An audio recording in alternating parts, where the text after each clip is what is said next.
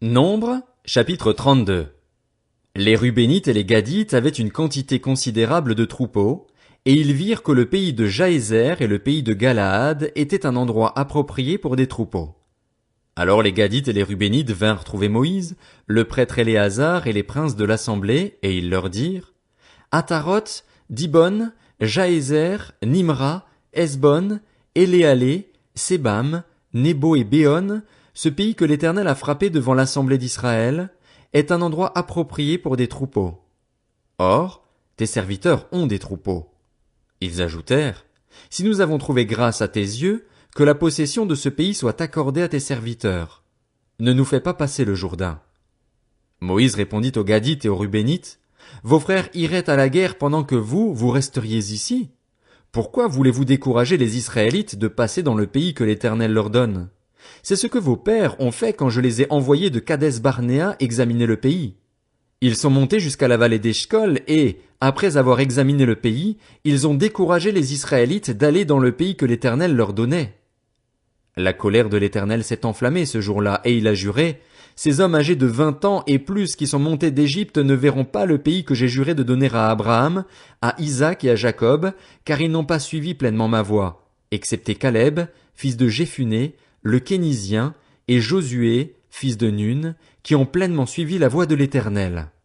La colère de l'Éternel s'est enflammée contre Israël, et il les a fait errer dans le désert pendant 40 ans, jusqu'à la disparition de toute la génération qui avait fait le mal à ses yeux. Et voici que vous prenez la place de vos pères, en dignes rejetons d'hommes pécheurs, pour augmenter encore la colère de l'Éternel contre Israël. En effet, si vous vous détournez de lui, il continuera de laisser Israël dans le désert et vous provoquerez ainsi la perte de tout ce peuple. Ils s'approchèrent de Moïse et dirent: Nous construirons ici des enclos pour nos troupeaux et des villes pour nos petits-enfants. Puis nous-mêmes, nous nous empresserons de prendre les armes pour marcher en tête des Israélites, jusqu'à ce que nous les ayons fait entrer chez eux. Quant à nos petits-enfants, ils resteront dans les villes fortifiées à cause des habitants du pays. Nous ne retournerons pas chez nous avant que chacun des Israélites ait pris possession de son héritage, et nous ne posséderons rien avec eux de l'autre côté du Jourdain ni plus loin, puisque nous aurons notre héritage de ce côté-ci du Jourdain, à l'est. Moïse leur dit: Si vous faites ce que vous avez dit, si vous prenez les armes pour combattre devant l'Éternel, si tous vos hommes équipés passent le Jourdain devant l'Éternel jusqu'à ce qu'ils aient chassé ses ennemis loin de lui, et si vous ne revenez qu'une fois le pays soumis à l'Éternel, vous serez alors sans reproche vis-à-vis de l'Éternel et vis-à-vis d'Israël, et cette région-ci sera votre propriété devant l'Éternel. Mais si vous n'agissez pas ainsi, vous péchez contre l'Éternel et, sachez-le, votre péché vous atteindra. Construisez des villes pour vos petits-enfants et des enclos pour vos troupeaux, et faites ce que vous avez déclaré. Les Gadites et les Rubénites répondirent à Moïse: Tes serviteurs feront ce que mon Seigneur ordonne.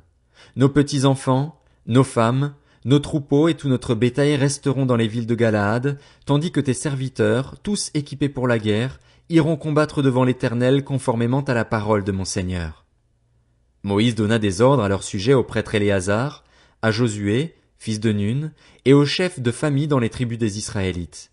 Il leur dit: Si les Gadites et les Rubénites passent le Jourdain avec vous, tous équipés pour combattre devant l'Éternel, et que le pays vous soit soumis, vous leur donnerez en propriété la région de Galaad. Mais s'ils ne marchent pas tout équipés avec vous, ils s'établiront parmi vous dans le pays de Canaan.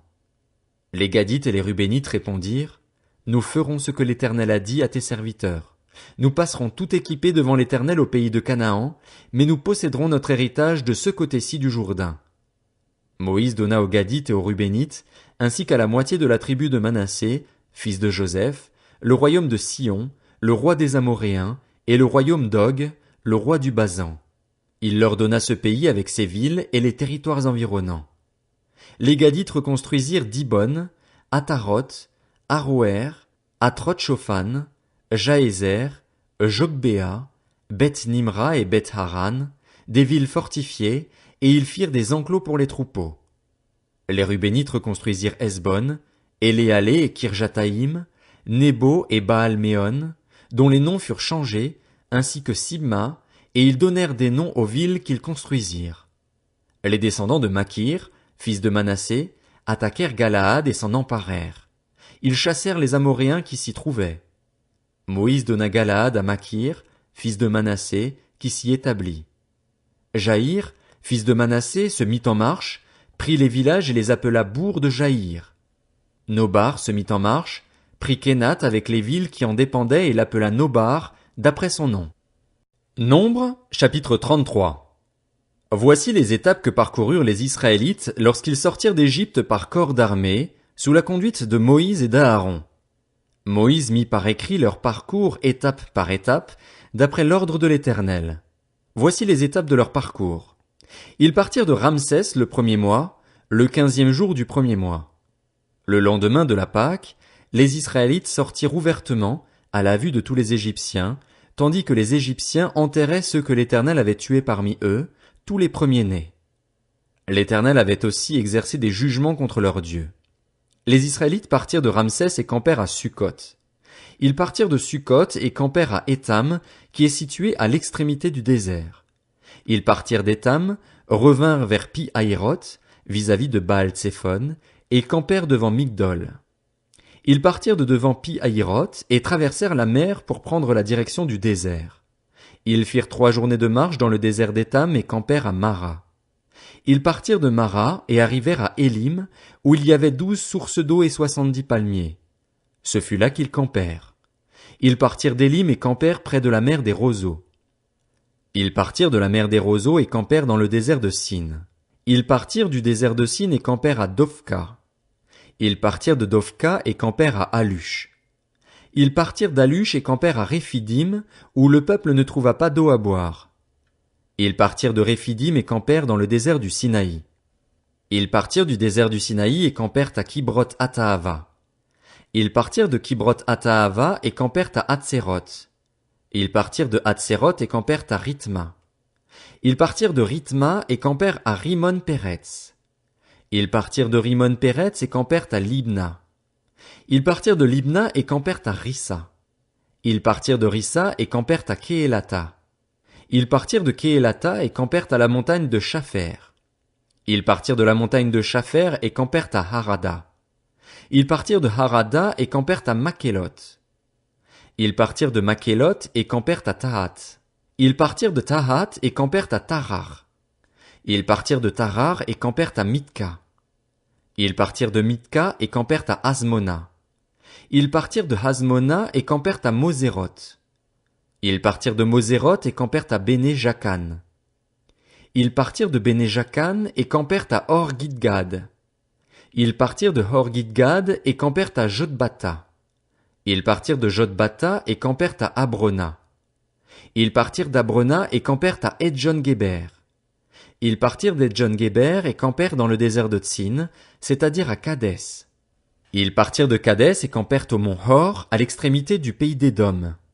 Le prêtre Aaron monta sur le mont Hor, suivant l'ordre de l'Éternel, et il y mourut. C'était la 40e année après que les Israélites étaient sortis d'Égypte, le premier jour du 5e mois. Aaron était âgé de 123 ans lorsqu'il mourut sur le mont Hor. Le roi d'Arad, un Cananéen qui habitait le sud du pays de Canaan, apprit l'arrivée des Israélites. Ils partirent du mont Hor et campèrent à Tsalmona. Ils partirent de Tsalmona et campèrent à Punon. Ils partirent de Punon et campèrent à Oboth. Ils partirent d'Oboth et campèrent à Idjé-Abarim sur la frontière de Moab. Ils partirent d'Idjé-Abarim et campèrent à Dibon-Gad. Ils partirent de Dibon-Gad et campèrent à Almon-Diblataïm. Ils partirent d'Almon-Diblataïm et campèrent sur les montagnes d'Abarim, devant Nebo. Ils partirent des montagnes d'Abarim et campèrent dans les plaines de Moab, près du Jourdain, vis-à-vis de Jéricho. Ils campèrent près du Jourdain, depuis Beth-Jéchimoth jusqu'à Abel-Sittim, dans les plaines de Moab. L'Éternel dit à Moïse dans les plaines de Moab, près du Jourdain vis-à-vis de Jéricho, transmets ces instructions aux Israélites. Lorsque vous aurez passé le Jourdain et que vous serez entrés dans le pays de Canaan, vous chasserez devant vous tous les habitants du pays. Vous détruirez toutes leurs idoles en pierre et en métal fondu, et vous éliminerez tous leurs hauts lieux. Vous prendrez possession du pays et vous vous y établirez, car je vous ai donné ce pays pour qu'il soit votre propriété. Vous partagerez le pays en tirant au sort en fonction de vos clans. À ceux qui sont plus nombreux vous donnerez une portion plus grande, et à ceux qui sont moins nombreux vous donnerez une portion plus petite. Chacun possédera ce qui lui sera attribué par tirage au sort. vous le recevrez en propriété selon les tribus de vos ancêtres. Mais si vous ne chassez pas les habitants du pays devant vous, ceux d'entre eux que vous aurez laissés deviendront des épines dans vos yeux et des pointes dans vos côtes, ils seront vos ennemis dans le pays où vous allez vous établir. Alors je vous traiterai comme j'avais décidé de les traiter eux. Nombre, chapitre 34. L'Éternel dit à Moïse, « Donne l'ordre suivant aux Israélites. Quand vous serez entrés dans le pays de Canaan, ce pays deviendra votre héritage. C'est le pays de Canaan dont voici les limites. Le côté sud commencera au désert de Tsin près d'Édom. Ainsi, votre frontière sud partira de l'extrémité de la mer Morte, à l'est. Elle tournera au sud de la montée d'Akrabim, passera par Tsin et s'étendra jusqu'au sud de Kades Barnéa. Elle continuera par Hatzaradar et passera vers Hatzmon. Depuis Hatzmon, elle tournera jusqu'au torrent d'Égypte pour aboutir à la mer. Votre frontière ouest sera la mer Méditerranée, ce sera votre frontière à l'ouest. Voici quelle sera votre frontière nord, à partir de la Méditerranée, vous la tracerez jusqu'au mont Hor. Depuis le mont Hor, vous la ferez passer par Hamath et arriver à Tsedad.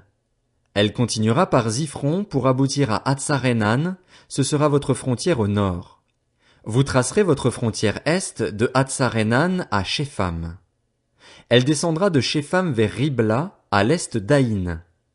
Elle descendra et s'étendra le long du lac de Génézareth, à l'est. Elle descendra encore vers le Jourdain pour aboutir à la mer Morte. Tel sera votre pays avec ses frontières tout autour. Moïse transmit cet ordre aux Israélites en ajoutant, « Voilà le pays que vous partagerez par tirage au sort et que l'Éternel a décidé de donner aux 9 tribus et demie. » En effet, la tribu des Rubénites et celle des Gadites ont reçu leur héritage en fonction de leur famille. La demi-tribu de Manassé a aussi reçu son héritage. Ces 2 tribus et demie ont reçu leur héritage de ce côté-ci du Jourdain, vis-à-vis de Jéricho, du côté est. L'Éternel dit à Moïse, « Voici le nom des hommes qui partageront le pays entre vous, le prêtre Éléazar et Josué, fils de Nun. Vous prendrez aussi un prince de chaque tribu pour faire le partage du pays. Voici le nom de ces hommes. Pour la tribu de Juda, Caleb, fils de Jéphuné. Pour la tribu des Siméonites, Samuel, fils d'Ammiud. Pour la tribu de Benjamin, Élidad, fils de Kislon. Pour la tribu des Danites, le prince Buki, fils de Jogli. Pour les fils de Joseph, pour la tribu des Manassites, le prince Aniel, fils d'Éphod, et pour la tribu des Éphraïmites, le prince Kemuel, fils de Shiftan. Pour la tribu des Zabulonites, le prince Élitsaphan, fils de Parnak. Pour la tribu des Issacharites, le prince Paltiel, fils d'Azan. Pour la tribu des Azérites, le prince Aïud, fils de Shelomi. Pour la tribu des Nephtalites, le prince Pédaël, fils d'Ammiud. Tels sont les hommes à qui l'Éternel ordonna de partager le pays de Canaan entre les Israélites.